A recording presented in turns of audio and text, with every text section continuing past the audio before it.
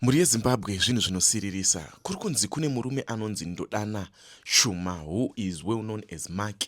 Ari kunzi auraya mukadzi wake uyo ari kunzi Zandile Shuma. I don't know if I'm pronouncing my surnames awo zviri correct. Asi ari kunzi auraya mukadzi wake nevana vake 2 mushure mekunge arambwa nemukadzi. Ladies and gentlemen, handiri kukunyeberai chitiko ichi chitiko chinorwadza. Nyaya iyi iri kunzi yaitika kuUK, and this guy ari kunzi iye azoonekwa pama-CCTV less than 48 hours mushure mekunge mabhodhi adiscovered. In fact, ndakati 48 hours ndenge ndichinyepa, a few hours because 24 hours hadzina kukwana. So nyaya iri kunzi yakaitika kuUK haisati yanatsozivikanwa, asi zviri kufungidzirwa kuti nyaya yekuti murume uyu akarambwa nemukadzi ndo yakonzeresa kuti auraye mukadzi. But pavana apa hatisi kunatsoziva kuti why did he kill vana vake. Now, speculations in my streets of social media, some people are saying kuti this guy anga gadzira masina ake bobo, he was the breadwinner, he was building, because pari kunzi pamune imba $1.3 million worth value yayo. So zviri kunzi murume uyu agadzira masini kudaro azosvika pavaita kakuno netsana nemukadzi, mukadzi ndokubva amhanya kudivorce, and mapepa asati aprocesswa, asati asainwa, ndokubva auraya mukadzi. So some people are justifying murume uyu kuti zvaakaita it's okay mushure mekunge vati vakadzi vazhinji are doing this kuvarume, kuti murume anoshanda ashanda and then mati garei garei wozofunga kumuramba. But guys, my question is, pane mwana ane 15 years, relationship iyi hatingati vanhu vakangosangana ndokubva waita mwana. Mungati here mukadzi uyu anga akamirira kuti murume uyu awake future, and then mukadzi uyu omira 15 years kuti azongomuramba? I think pane zvinhu zvisiri kuzivikanwa. Anyway, mapurisa ekuUK vari kushedzera kuti criminal investigations knows no borders. Tiri kuchakutsvaga tichakubata, because iwewe uri kufunga kuti zvawaenda kuZimbabwe, because this man ari kufungidzira kuti aenda akatiza achiuya kuno kuZimbabwe, but so far muZimbabwe hazvisati zvakonfirmwa kunzi afamba sei. So vari kutaura kuti no, tichabatana nemapurisa emuno muZimbabwe, newe eva kwakasvika ndege iyoyoyo tichirova mainvestigation, we are hunting you down. Ladies and gentlemen, ndine vhidhio randauya naro panapa, all credit to Zimbo Live, vakashuta vhidhio vari paground chaipo chaipo. So ndoda kuti munzwe vanhu vachitaura zvakaitika vemumaraini, uyezve vaionawo family iyi ichigara yese vachitaura kuti vanhu vanga vakambomira sei. Ladies and gentlemen, this is Hamo Reports and I'm out. Tripo makadiwa Uncle Jed. Tiri kunoku Zimbo Live, tiri kunoku ku Bedfordshire. Kune nyaya yakaitika yataona mumapepa nawo ese muno muEngland, kuchitaurwa nyaya yemudzimai akaurayiwa ane vana vake vaviri, and then murume wake ari kutsvagwa iko zvino, ari kufungidzirwa kunzi akaenda kuZimbabwe. Imi Uncle Jed, munoti nenyaya yakaitika pamusha unoyu? Right. I think I need to say what I want to say in English so that I know that Zimbo Live, we are a community platform that is listened by people from different nationalities and all walks of life. And me as a Zimbabwean, I can tell you that I am appalled by what has happened. It is a sad development in our community. It is not something that we expect not to be happening in our community. We are experiencing a situation whereby lives have been lost in a brutal way. The lives of Notando Zandile Chuma and their beautiful daughters. Uncle Jed, can I just interrupt you for 1 second? Okay, go on. As I'm talking to you right now, I can see some people are coming from the local community. People are coming to lay flowers as they continue to mourn. It seems to me that this family was actually quite well known in this area. And as I'm talking to you right now, there are people laying flowers. You can continue, Uncle Jed. Yes, that is reflective of our culture. That is reflective of how we have been brought up as Zimbabweans. Because we as Zimbabweans, even though we come from different backgrounds, different families, but we are also a community. If a tragedy, if a tragedy befalls one of us, it is a tragedy that has befallen, the community. So it is not surprising that you are finding that there are people who are coming through and people who are laying, their, these, flowers, because it is a sign of respect, and it is also an indication that we are a community, and we believe that if a tragedy has befallen a family, it is not only that family that has been affected, but it is us as a community that has been affected, as well. So if I'm looking at the position that I hold as an individual, you have referred to me as Uncle Jed. That is not something that I bestowed on myself, but it is something that was bestowed on me by the community. So when I'm looking at myself, I believe that I've stood with people to fight for our collective rights and betterment of our community. And I can tell you today that the most fundamental right is the right to safety, and we have failed to protect it. This incident here that speaks, to that we have failed to protect the fundamental right.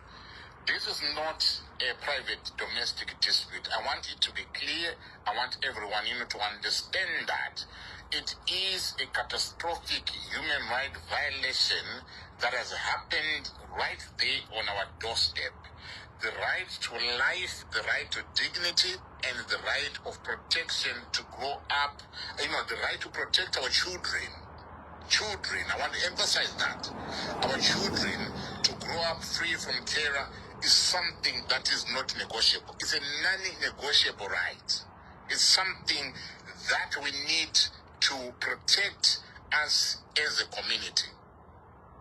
But my clarion call is to us men, varume, us as husbands, or you might be a boyfriend, or you might be a partner, or you might be anyone who's occupying, that position. But we are men, and in this community, I want to urge us as men, because silence is not a form of permission. We are not permitting anything.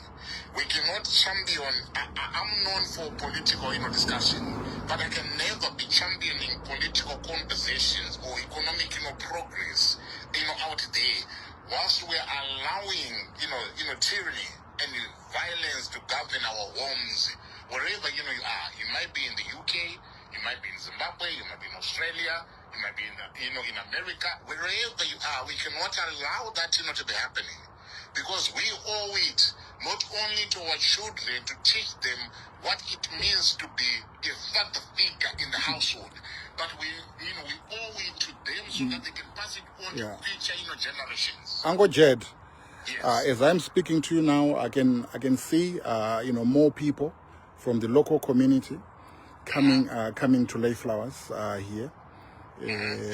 People are laying flowers. This is a sign that this family was well known in this community. Can you continue, Uncle Jed? Yes, yeah.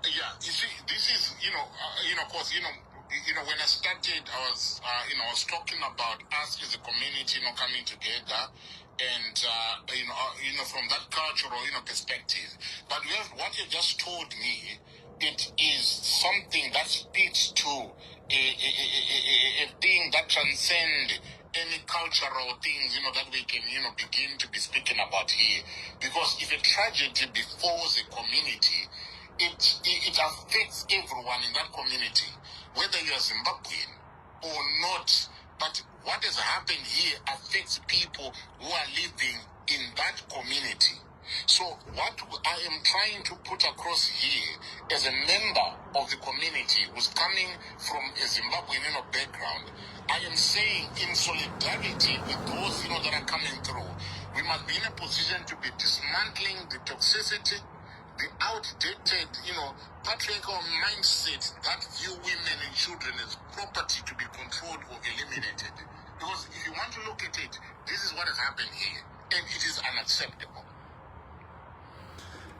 Us as men, we should get to a point of assuming the role of leadership and strength in us as men. I'm not trying, to bring in that patriarchal, role, but I'm just trying to say that us as men, we must be in a position to demonstrate true leadership and strength, which means that we must be speaking up before any blood is spilled.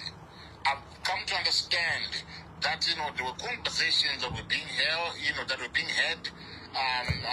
pertaining to what was going on within, this family, that, the human wanted, to move away, but this brother of ours who is at large, who was wanted by the authorities, was saying that it's a case of, if I can't help you, then no one can help you, or if I can't help you, then my life, ceases, to exist. And that right there is a mentality that we should not accept in our community. Now, like you've rightly pointed out, that there is an international manhunt for the father wepamusha panapa. Yes. Ishoko ripi ramunoda kuendesa kune vanga vachimuziva pavari kana kuchinge kuchinzi ari kuZimbabwe. What is your message kune vari kubatsira kutsvaga munhu wekuZimbabwe? Right. I am appealing to every Zimbabwean who's based in Zimbabwe right now, because I've been made to understand that this individual made his way to Zimbabwe. There is footage of him, leaving the UK via Heathrow, airport. I've seen, Sky News has reported on that. They brought out, that information. So my plea is to the authorities and to everyone within Zimbabwe, anyone who has come across this individual, anyone who has interacted with this individual, anyone who knows where this individual is, please go to your nearest police station in Zimbabwe and report that the individual that is being sought in the UK, I know where he is, or I have seen him, he's in Zimbabwe, so that we can have authorities in Zimbabwe to actually look for this individual, arrest this individual, put them in their custody, and if there's ever going to be any execution that is going to be happening, then we want to see that process taking place. And people continue to come to pay their respects. I can see people coming in to pay their respects. Uncle Jed. Uncle Jed imagara kuno kwemakore akawanda. Pakamboitika zvakamboitika kare zviya zvema-domestic violence akadai, so zvanga zvati nyararei. Chii chamunofungira kuti chingaitwe nesu varidzi vecommunity to ensure kuti wiki zvinhu zvakadai so zvisaitike kakawanda? I do understand that, when people, relocate, when people, migrate, you are coming into a different environment, you are coming into a new society where you are expected to acclimatize, where, you are expected to fit into that, community.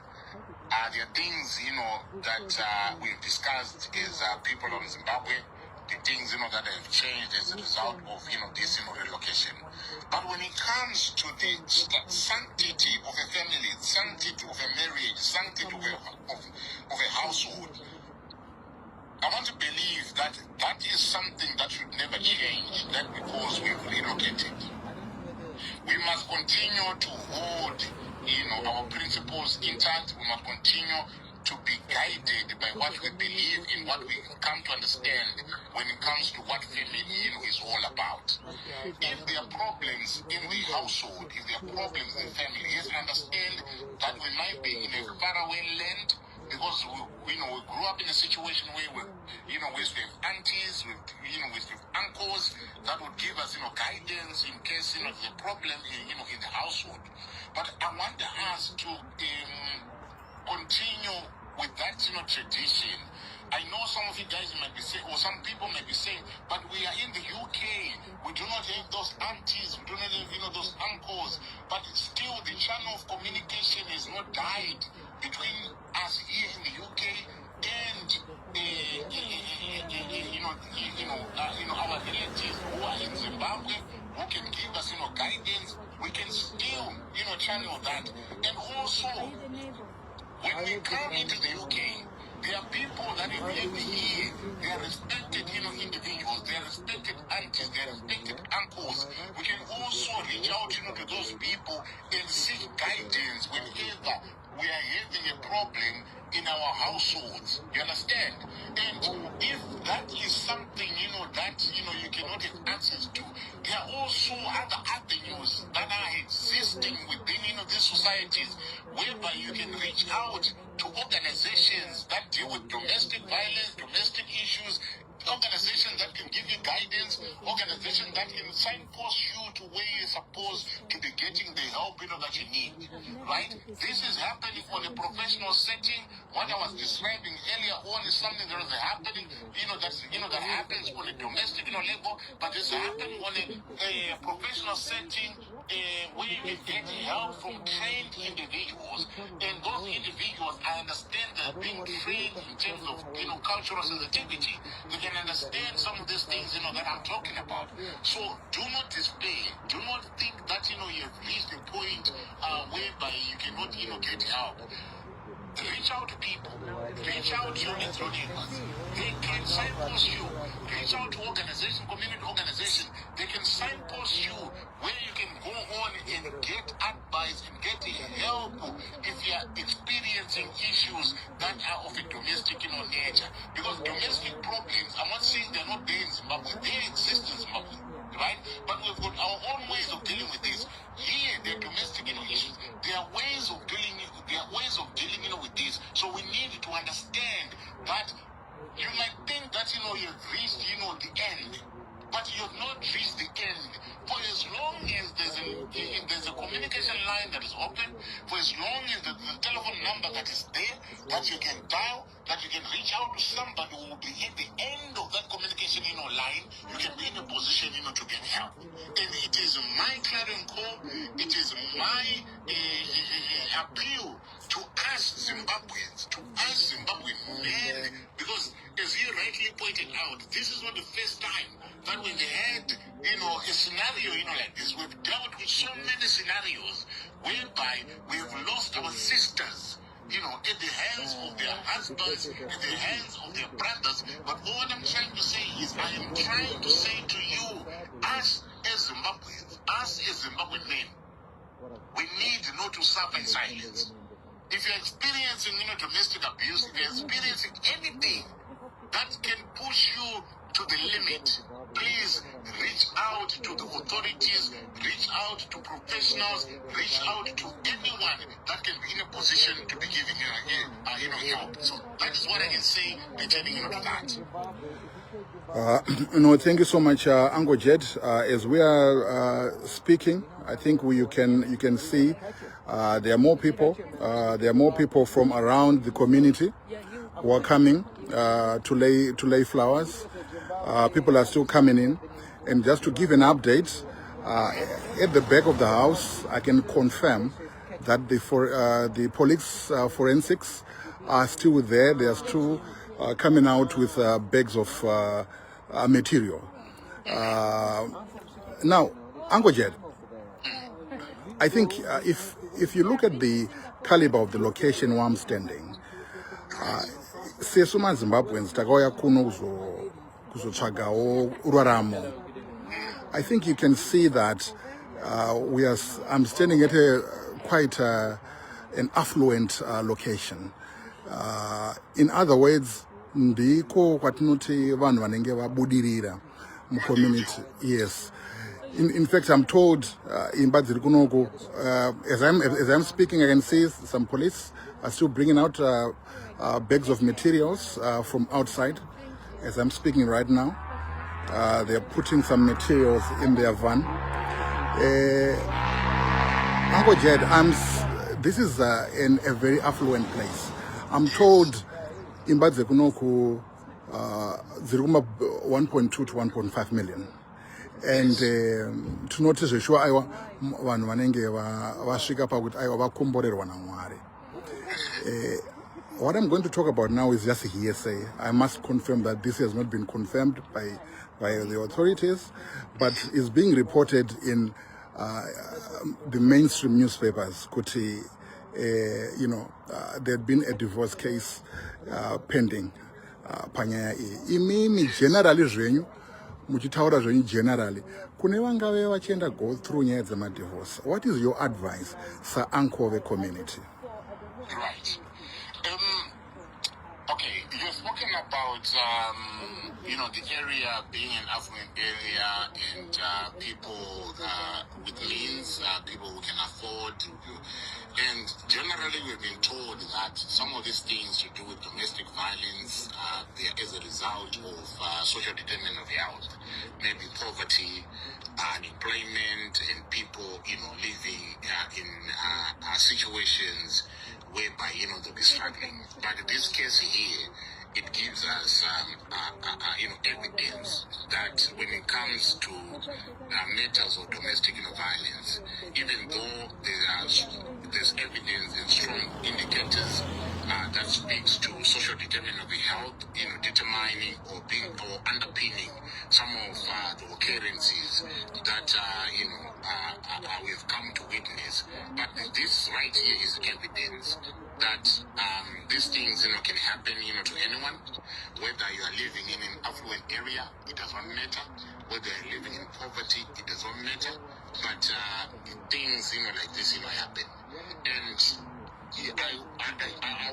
I'll go back to my earlier point and speak to this, to say the relationships, they are built on strong foundation of a bond between a woman and a husband, or a wife and a husband, a man and a woman. You come together to try and build something that can transcend your existence and probably bring in offsprings that can live until into future generations. But these things they do okay. And once again, it is my deepest condolence and say I want to offer support to the grieving extended family. But these things, Dr. Tim, I want to reiterate that things like this they do happen, but we do not encourage these things to be happening. But I'll always go back to my point, whereby I am saying, no matter how well off you are also a member of a community. You belong to a community. If there are things that are happening in your life, there are things that are happening in your marriage, they require you to actually reach out to others. Because you might have money, you might have everything, but that right there does not shield you away from the role that the community can play in ironing out any differences that you might be having in your marriage.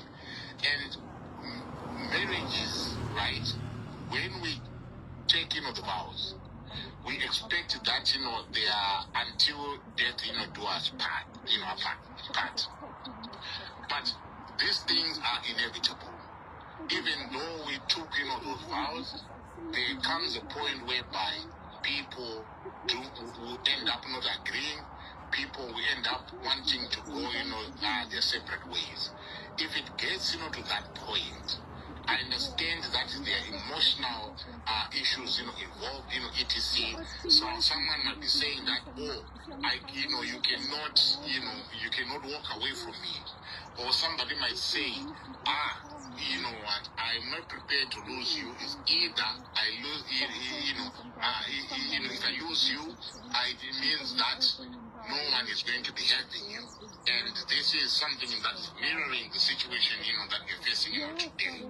But what I'm saying is, what I'm trying, you know, to say is, we as a people, we need to understand that these things, you know, happen. It does not matter where you live, but these things, you know, happen. But it is my clarion call, and I am urging every Zimbabwean man and every Zimbabwean woman, you know, right now, to, you know, urging you to seek help, to seek counseling when things, you know, go pear-shaped.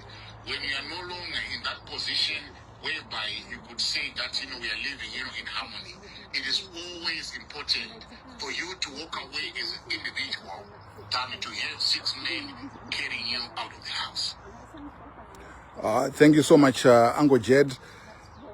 Obviously, as we conclude, I would like to keep emphasizing that as of now, we have not had any information that anyone has been charged with this case. This is still a developing case. We always believe in innocent until proven guilty. Yes. And everything that's being said has not been confirmed, you know, by the authorities. But we know that the authorities have confirmed that there is no risk to the wider community.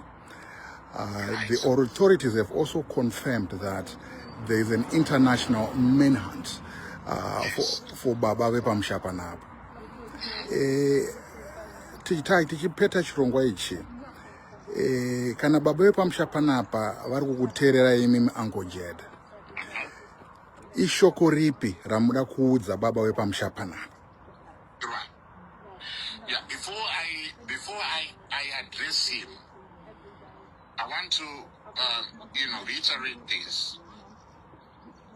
As a member of this community, I want to join the thousands, 100,000s, and the millions of Zimbabweans and other people from the community where you are, you know, today, to express my deepest condolences. And I want to also extend my support to the grieving extended in the family, immediate family, and the people that knew the deceased, including the school children or the children that were in the same class, the children that were in the same school with these children that have, you know, departed. So, but to the generality of the Zimbabwean people in Zimbabwe, and anyone else who might be having information about the whereabouts of Ndodana, I'm calling upon anyone with information regarding his whereabouts to cooperate fully and immediately cooperate with the law enforcement, not only in the UK, but also in Zimbabwe, so that we can see justice being served here. So if you've got any information, it is my appeal to you. You might be in the UK because we've got Zimbabweans who are in the UK. They might know what is happening in Zimbabwe. Please, I am appealing to you. I'm also appealing to those who are on the ground. You might be a relative, you might be an auntie, you might be an uncle, you might be the mother, you might be the grandfather, you might be the brother, you might be the sister. If you've got any information pertaining to the whereabouts of the suspect, please cooperate with the law enforcement in Zimbabwe, cooperate with the law enforcement in the UK so that we can get justice served. That is all I'll end with. Thank you so much, Uncle Jet, for joining us today. You are an important member of the community for a very long time alongside your wife, Auntie Jenny, and we thank you for being the pillars of this community. And obviously, we need you in times like this to stand shoulder to shoulder with all the members of the community. For now, we'll end the broadcast, but we'll continue to bring you updates about what's taking place in this case. I know that our team in Zimbabwe is already onto this case. So thank you so much once again, Uncle Jed, and it has been, thank you for taking your time to talk to us. Thank you very much for according me this opportunity. Thank you.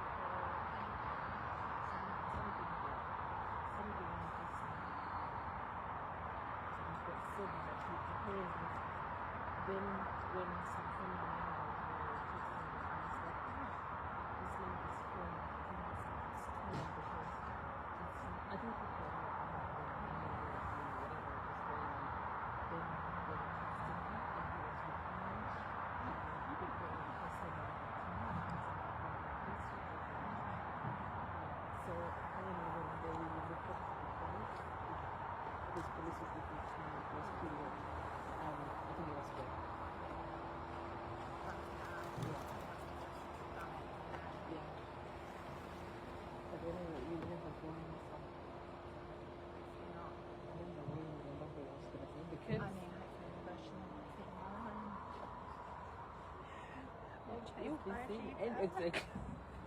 But we would like to witness that. Yes, absolutely. Thank you.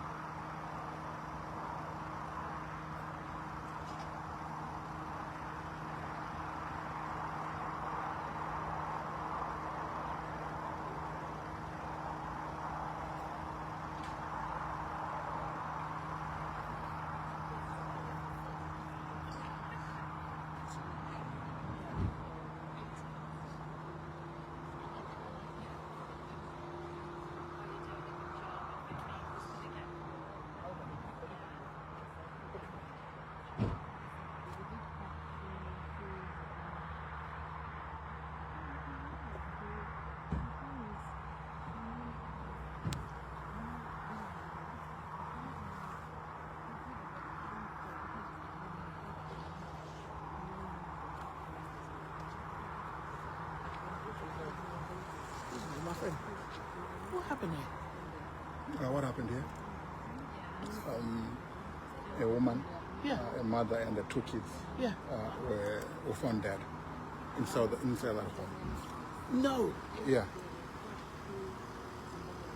I love this house. You know how many years I walked past this house? I saw. So I'll just say that we are live. Yeah. Okay. I've been walking past this house for years. Years and years and years. Yeah, years and years and years. It's one of the nicest houses in the area. Beautiful. How long have they been living here? It's hard to work out because there was, you see where those 2 plants are, normally they have like, you know, at Christmas, and they have like the big like drummer boy kind of statues, like Yeah. ones. And then I think the next family might get maybe 2 years, I don't know. Maybe 2 years, yeah. Not 2 years here. yeah, not long. Wow. So you're Yeah, so we're from a TV station called Zimba Live TV. So this is a Zimbabwean TV station based in the UK. so there's okay, yes, because Yeah. yes, okay. Oh man, this is terrible news. Oh, it's terrible news, right? It's unbelievable. Yeah, have they found him? There are reports, and it's being confirmed as well by the authorities, that they suspect that the suspect has fled the country and possibly gone to Zimbabwe. Shocking, Yeah. shocking. Yeah. Because to live here, you're doing well. Yeah, absolutely. So whatever Absolutely. he's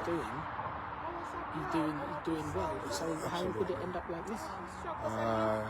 We were actually talking to one of our uncles in the community. You know, I asked him the same question. You know, how come? How could this happen? You know, it's because it's very shocking. You have to ask him when you find him. So, You have to ask him when you find him. absolutely, I think he owes the answers to everyone. You know. Unbelievable. Yeah, he was. There's some CCTV images that came out. I think sometime this afternoon of him actually at the airport leaving. Yeah, so it's being suspected that he has gone to Zimbabwe. Well, It's awful. so okay, well.